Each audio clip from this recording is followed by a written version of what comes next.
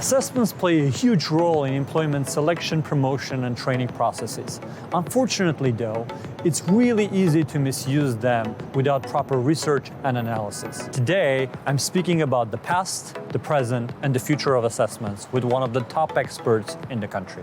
My name is Matthew Malter-Cohen, and I run talent assessment and analytics at Capital One. From your perspective, what role do assessments play in the overall recruiting process? Assessments are an amazing tool in talent acquisition in the business's toolbox to do a lot of things around managing their funnel.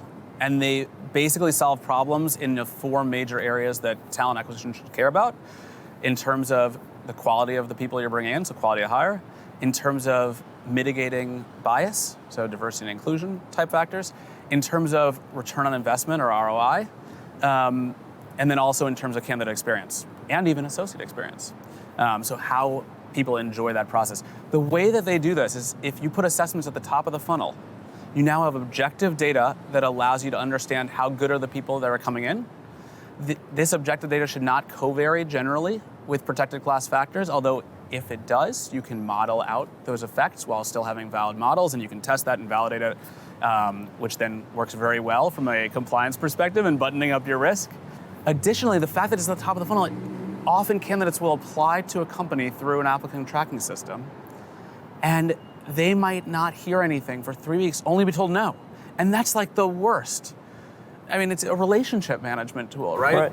And so if you can have someone apply and immediately send them an email in some varied time point over the next hour, so it doesn't feel like a robot, they can continue along going after their goal, which is like a great career with your company. Even if they're rejected because they didn't test well enough, they still feel good about your brand. That's amazing. Because you heard back. Yes, because you heard back. There are expectations that are set and they're met, as opposed to ambiguity. Of course. And then from an ROI perspective, obviously speeding up time to hire is amazing, or time to offer. If you can manage that really well, you actually get better candidates because there's not as many opportunities for them to be wooed by another company. I understand the hard skills assessment space really well. I've been diving more and more into the soft skill assessment, and I'm just curious your take on that, right? Like, what are some of the latest and greatest versus things that you hope to see in the future? Traditionally, in the soft skills assessment area, you had a lot of multiple choice or forced choice assessments around how you would handle situations, or also things like how you solve problems. Those are very good as top of funnel assessments, but the signal there is definitely weak and generally is a good sort of true negative screen. And so it's good from an ROI perspective, again, from a mitigating bias perspective. I think that nowadays you're starting to get assessments that go after those soft skills, often through something called like either game-based assessment or gamification, where because the data has greater precision and you're able to model that data with greater precision and utilize techniques that are adopted from the tech sector and other areas. That's sort of the stuff that is hot right now. And actually starts to move you from true negative to true positive, even within the soft skills area. Because you can set your cut scores higher and actually use a sort of true positive approach. And you can validate it because you have all that data.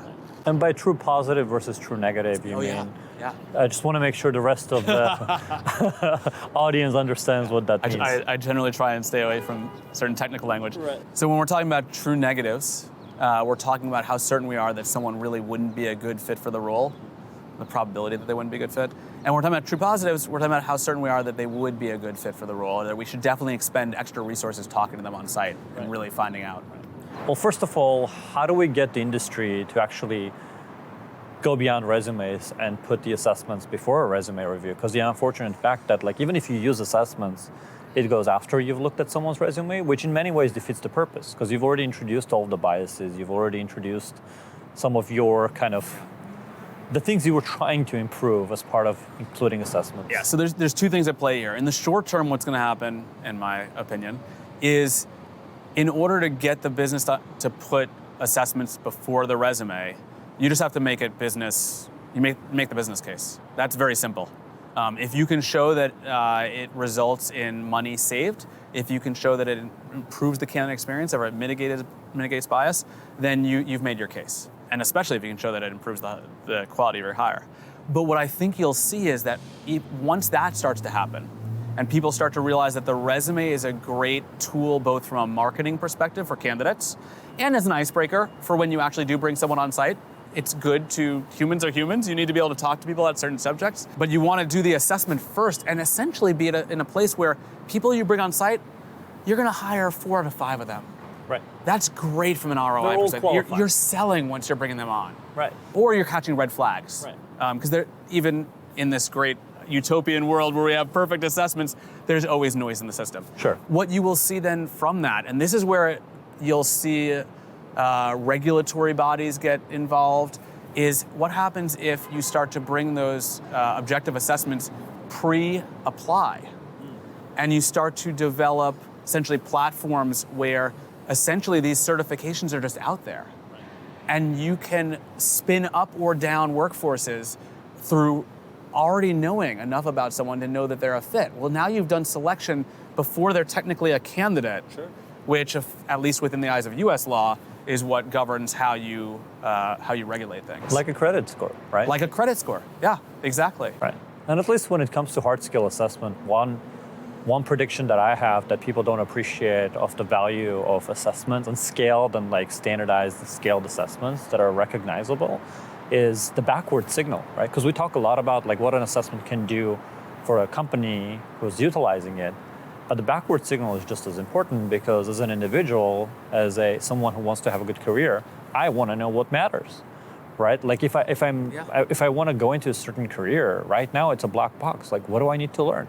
Like even in software engineering, people are like, so what's the hottest language? Like what language do I learn? Where do I start? Like what skill sets do I acquire? What matters? What doesn't matter? Yeah. I think that backward signal is actually is a great point. I think you've started to see this in certain pockets, but I think you'll see it more and more where assessments might be offered by a company on their career site as a way to essentially say, we are invested in you. Right. And it's a marketing tool Right. and a scan tool Right. where you start to be able to identify top talent, even though it's posed as a way of giving back to the community. And I actually think that's a win-win. So I think it's great. As assessments become more mainstream and standardized, we're going to witness a revolution in employee selection processes. But more importantly, we will start seeing more and more transparency around skills and behaviors necessary to succeed at certain jobs and well-known companies. That's all for today. Let's go beyond resumes.